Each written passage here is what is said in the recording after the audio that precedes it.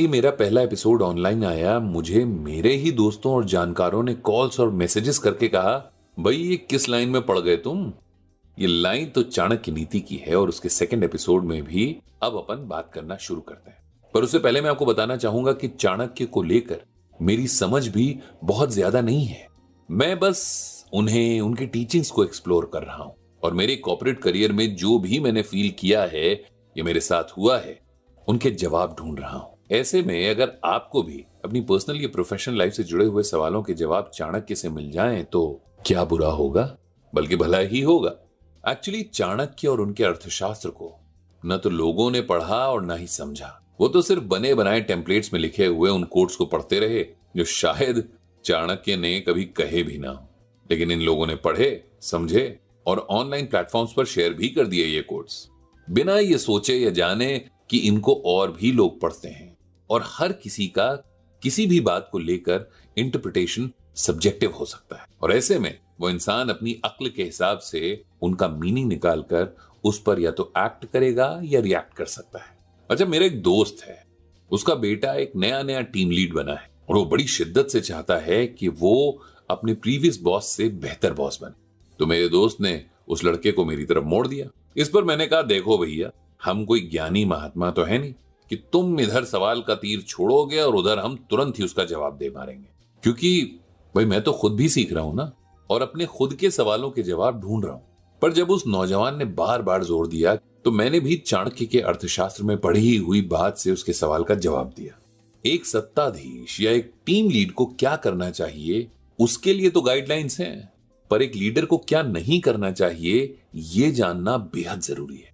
देखिए, जो कॉर्पोरेट में काम करते हुए मैंने सीखा वो ये कि अच्छा टीम लीड सिर्फ मैनेजमेंट की नजर में हो सकता है। अपनी टीम के लिए वो अच्छा है या बुरा है, ये एक सब्जेक्टिव सोच है। हमारे गांव में कहावत है, सास पत्थर की मूरत भी हो तो भी बुरी लगती है। उसी तरह बॉस किसी भी हाल में सबका पसंदीदा इंसान हो ही नहीं सकता और इसका कारण है टीम में डिससैटिस्फैक्शन। आप कुछ भी कर लें, टीम में इस फीलिंग को आने से नहीं रोक पाएंगे, क्योंकि सैटिस्फैक्शन भी सब्जेक्टिव है, तो इसे तो भूल ही जाते हैं। लेकिन एक अच्छे लीडर के बारे में चाणक्य ने जो कहा है, पहले उस पर ध्यान देते हैं, क्योंकि हमारा मुद्दा है चाणक्य जैसे ग्रेट थिंकर, फिलोसोफर, पॉलिटिशियन की टीचिंग्स में से अपनी लाइफ के सवालों के जवाब ढूंढना। खुद चाणक्य ने अपने ग्रंथ अर्थशास्त्र में 21 बातें ऐसी बताई हैं जो एक लीडर को नहीं करनी चाहिए, जिसमें से हम सबसे इंपॉर्टेंट बात को सबसे पहले चुन रहे हैं। चाणक्य ने टीम में फैले डिससैटिस्फैक्शन का मेन रीजन माना है जूनियर्स का खुश ना रहना। जूनियर्स किसी भी वजह से डिससैटिस्फाइड हो सकते हैं, लेकिन एक लीडर का काम है कि उन्हें खुशनुमा माहौल दिया जाए ताकि उनकी प्रोडक्टिविटी पर फर्क ना पड़े। इस डिससैटिस्फैक्शन को दूर करने के लिए जो काम एक लीडर को सबसे पहले करना चाहिए वो है कि पक्षपात या फेवरेटिज्म ना करे। अगर एक लीडर किसी खास टीम मेंबर, वो चाहे मेल हो या फीमेल, उसको किसी भी वजह से फेवर करता है तो ये टीम में डिससैटिस्फैक्शन का मेन रीजन हो सकता है। इससे लॉबिंग को बढ़ावा मिलता है और आखिरकार एक अच्छी खासी टीम स्प्लिट हो सकती है, यानी टूट सकती है, जो आगे जाकर सिर्फ और सिर्फ इंटरनल पॉलिटिक्स का कॉन्फ्लिक्ट शुरू करवाती है। इससे टीम में एक अनईजी सा माहौल बन जाता है और एट द एंड प्रोडक्टिविटी पर भी अनइमेजिनेबल इंपैक्ट होता है। ऐसे में अगर कोई एक टीम मेंबर अपनी परफॉर्मेंस की वजह से लीडर का फेवरेट हो भी, तो भी लीडर को उसकी ज्यादा तारीफ नहीं करनी चाहिए, बल्कि उसे मेंटोर करने में वक्त देना चाहिए ताकि वो आगे जाकर एक अच्छा लीडर प्रॉस्पेक्ट बन सके। उसके साथ ही लीडर को अपनी टीम में एक हेल्दी कंपटीशन शुरू करना चाहिए, जहां हर कोई एक दूसरे को पछाड़ना तो चाहे, but not with the help of unethical means. कभी अगर किसी को फेवर करना ही पड़ जाए तो लीडर को हमेशा राइट और रॉन्ग के बारे में सोचना चाहिए। यहां राइट और रॉन्ग का सिलेक्शन इतना इंपॉर्टेंट इसलिए है क्योंकि इससे टीम की हेल्थ इंपैक्ट होती है। और हां, हमेशा याद रखें कि आपकी राइट चॉइस अधिक अच्छे के पक्ष में होनी चाहिए, जिससे टीम के बीच में हार्मनी बनी रहे। अगर टीम में कहीं डिस्प्यूट हो तो उसके लिए कॉन्फ्लिक्ट मैनेजमेंट की हेल्प लेना सबसे ज्यादा इंपॉर्टेंट है। जिन दो पार्टीज में कॉन्फ्लिक्ट अराइज हुआ है उन दोनों से ही सेपरेट और कंबाइंड डिस्कशन दोनों ही जरूरी हैं। पहले सेपरेट और फिर कंबाइंड डिस्कशन में दोनों ही पार्टीज के पर्सनल और प्रोफेशनल ग्रजेस निकलकर सामने आते हैं और कुछ केसेस में थोड़े इमोशंस भी निकल के आते हैं। इसीलिए पहले सेपरेट डिस्कशन और फिर कंबाइंड डिस्कशन होना चाहिए, क्योंकि इमोशन पहले निकल जाएं तो कंबाइंड डिस्कशन में सिर्फ लॉजिक पर बात होती है।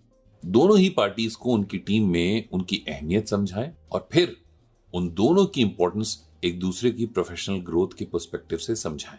उन्हें याद दिलाएं अगर कोई अच्छे मोमेंट्स या अचीवमेंट्स उन्होंने साथ में किए हों, और अगर ऐसा पास में नहीं हुआ तो उन्हें फ्यूचर में इस तरह साथ आकर एक दूसरे के प्रोफेशनल ग्रोथ में कैटलिस्ट बनने के लिए इंस्पायर करें और एंड में उन्हें एक बेहतर इंसान बनने और एक दूसरे से बेहतर इंसान खोजने की एक्सरसाइज करवाएं। ऐसी एक्सरसाइज आपको एचआर टीम या लर्निंग एंड डेवलपमेंट टीम को साथ में रख के करवानी चाहिए, बल्कि ऐसी एक्सरसाइज तो पूरी टीम के साथ होनी चाहिए, ताकि अगर आगे से कहीं पर भी कोई कॉन्फ्लिक्ट अराइज हो तो वो आपस में ही मैच्योरली हैंडल करके वहीं का वहीं निपटा दिया जाए और आपके प्रोडक्टिव टाइम से वक्त की डिमांड ना की जाए। अभी आपको लग रहा होगा कि ये सब तो भाई मॉडर्न मैनेजमेंट में भी पढ़ाया जाता है ना? लेकिन आज के मॉडर्न मैनेजमेंट का मेजर चंक हमारे ही एंशिएंट टीचर्स जैसे विष्णुगुप्त चाणक्य ने सैकड़ों सालों पहले ही निकाल दिया था। मुझे लगता है कि चाणक्य का अर्थशास्त्र सिर्फ उनकी प्रकांड बुद्धि से रचा गया एक ग्रंथ ही नहीं है, बल्कि आज के और कल के दौर में मैनेजमेंट, पॉलिटिक्स और स्ट्रैटेजी का एक ऐसा दस्तावेज है जो दुनिया भर में किसी भी दौर में रेलेवेंट है, था और रहेगा। तभी शायद मुझे भी अपने सवालों के जवाब चाणक्य की टीचिंग से मिलते हैं और हो सकता है आपको भी मिल जाए। इसीलिए चाणक्य जरूर पढ़ें, समझें